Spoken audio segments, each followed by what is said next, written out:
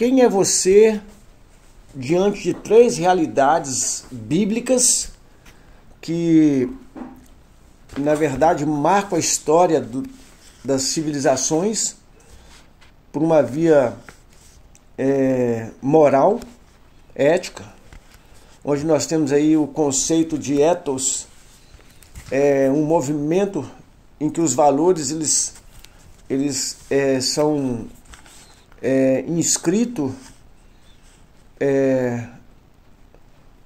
no sujeito e na comunidade.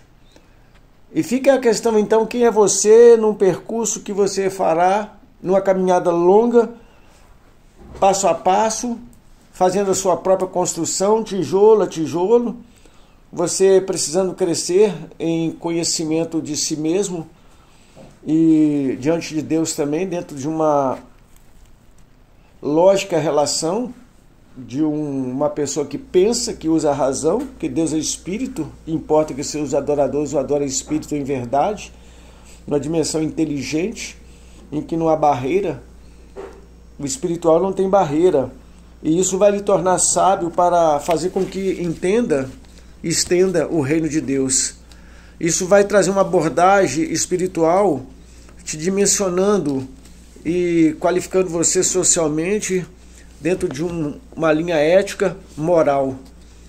Isso fará uma grande diferença, porque você vai ter um olhar totalmente diferente em áreas importantes da sua vida, que é consigo mesmo, com o próximo, nessa relação sua com o próximo e na dimensão espiritual também, que é o entendimento.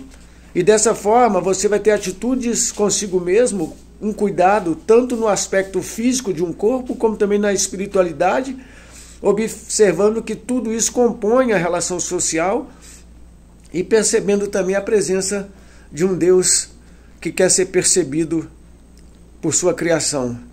E nessa relação com Deus você vai priorizar de forma exclusiva uma qualidade e aproveitando momentos individuais, coletivos, para você perceber o que é ético, o que é moral, aquilo que enriquece a tua vida e estende-se à comunidade.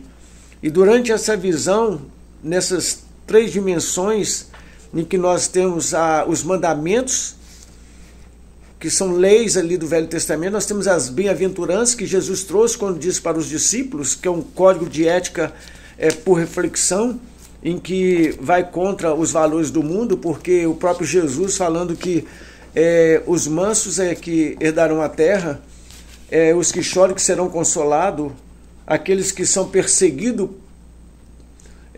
por estar zelando por um padrão e são pacificadores, eles serão chamados filhos de Deus.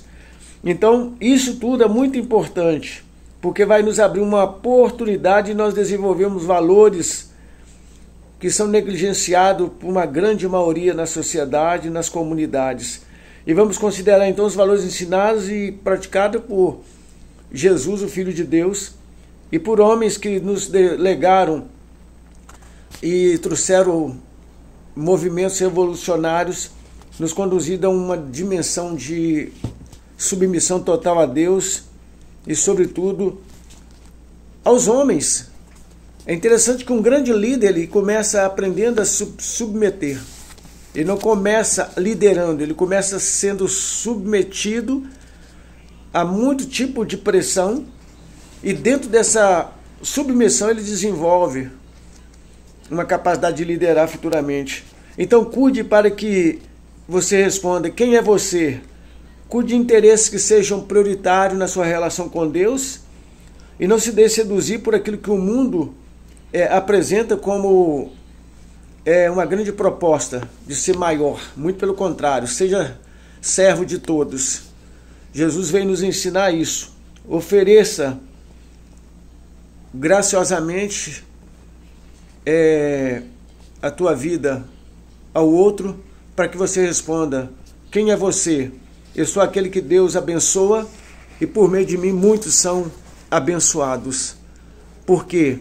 Porque eu entendo que os mandamentos me trouxeram valores importantes. As bem-aventuranças me amadureceram o suficiente para me saber o que é mais importante para me responder quem sou eu.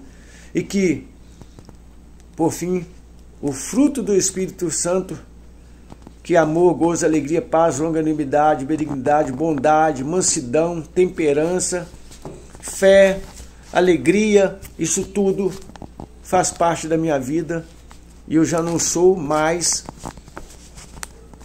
quem eu penso que sou, mas sou aquele que Deus quer que eu seja e com isso eu sou autêntico, porque eu sou aquilo que Deus quer que eu seja para a glória do nome dEle. Quem é você? Eu sou alguém que depende totalmente de Deus.